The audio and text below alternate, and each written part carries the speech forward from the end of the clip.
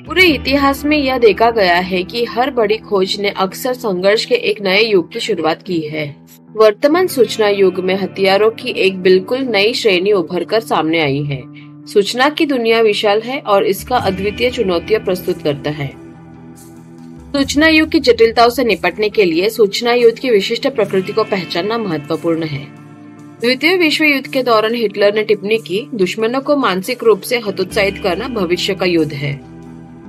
आज के युग में सूचना न केवल विरोधी देशों को हतोत्साहित करने के लिए बल्कि महत्वपूर्ण मोर्चों पर बढ़त हासिल करने के लिए भी एक शक्तिशाली उपकरण बन गई है। यह सूचना क्रांति का युग है। सूचना क्रांति ने वैश्विक परिदृश्य को बदलने में महत्वपूर्ण भूमिका निभाई है। वैश्वीकरण के इस युग में डेटा ने पूरी दुनिया को एक सूत्र में बांधने का काम किया है। इस अवधि को सूचना बूम के रूप में संदर्भित करना गलत नहीं होगा। आज के समय में डेटा नया तेल है। समकालीन समय में डेटा और सूचना का व्यापक उपयोग प्रवृत्तियों और पैटर्न को समझने और किसी घटनाओं के संभावित परिणामों का विश्लेषण करने के प्रयास किए जा रहे हैं। इतना ही नहीं बल्कि प्रमुख संघर्षों के बदले के लिए डेटा और जानकारी में भी हेरफेर किए जा रहे हैं। आज के युग में जहां सेनाएं, सरकारें और अर्थव्यवस्था जटिल रूप से जुड़े वैश्विक सूचना प्रणाली पर निर्भर है।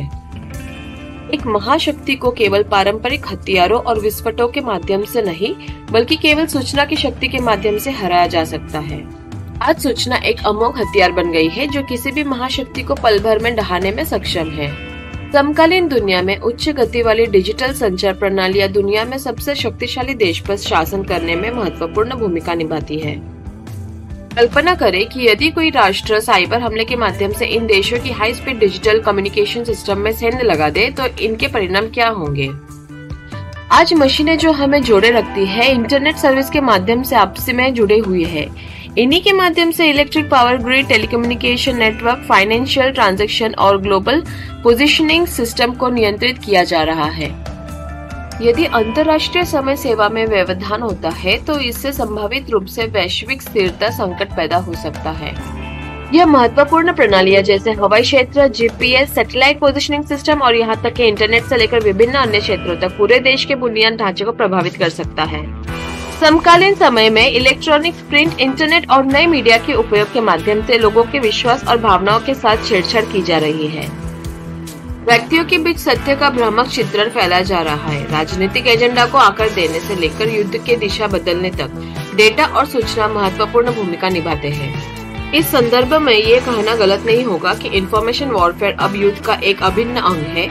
इजराइल हमास संघर्ष इस घटना का एक ज्वलंत उदाहरण है। इजराइल और हमास की मीडिया अपने हितों को देखते हुए युद्ध को लेकर नैरेटिव्स चला रहे हैं।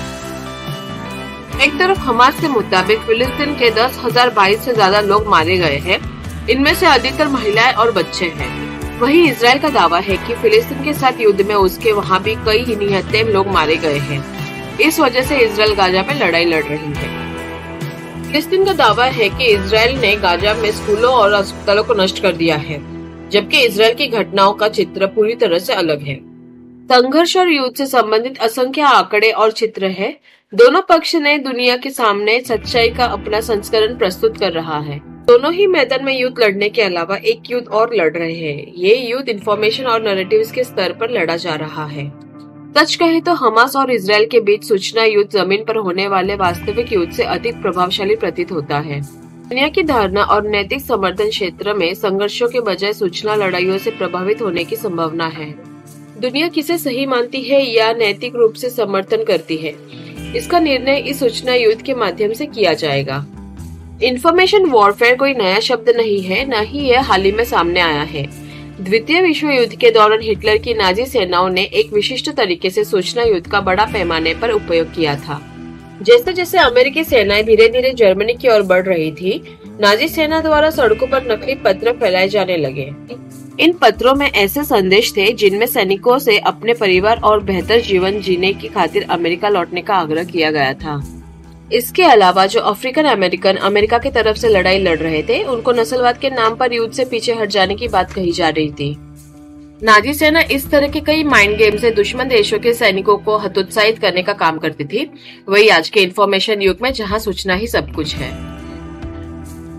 इसी बीच आज के सूचना युग में जहां डेटा सर्वोपरि है, सूचना के आधार पर लड़ाई लड़ी जाती है। सूचना के इस युग में जहां डेटा एक शक्तिशाली उपकरण बन गया है, सवाल उठता है कि भारत इस संबंध में कहां खड़ा है। हाल ही में पिछले साल भारतीय और चीनी सैनिकों के बीच सैन्य झड़प हुई थी।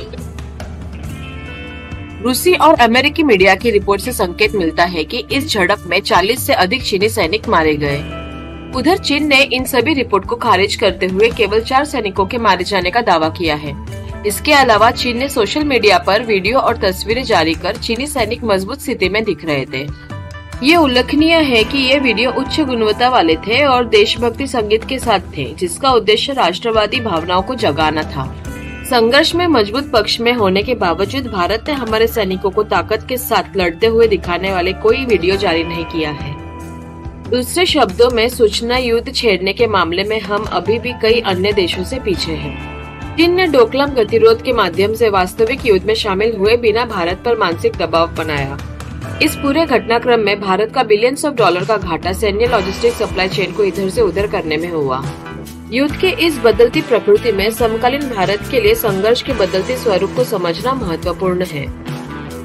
मानव सभ्यता के विकास के साथ साथ विकसित होते हुए युद्ध कला अपने पारंपरिक रूपों से काफी आगे बढ़ गई है। हम अब 5th वॉर जनरेशन में कदम रख चुके हैं, जहां साइबर हमलों के माध्यम से संघर्ष लड़ा जाएगा। भारत के लिए इस क्षेत्र में आगे बढ़ना अनिवार्य है, क्योंकि महत्वपूर्ण नुकसान के बिना काफी लाभ प्राप्त करने की संभावना है।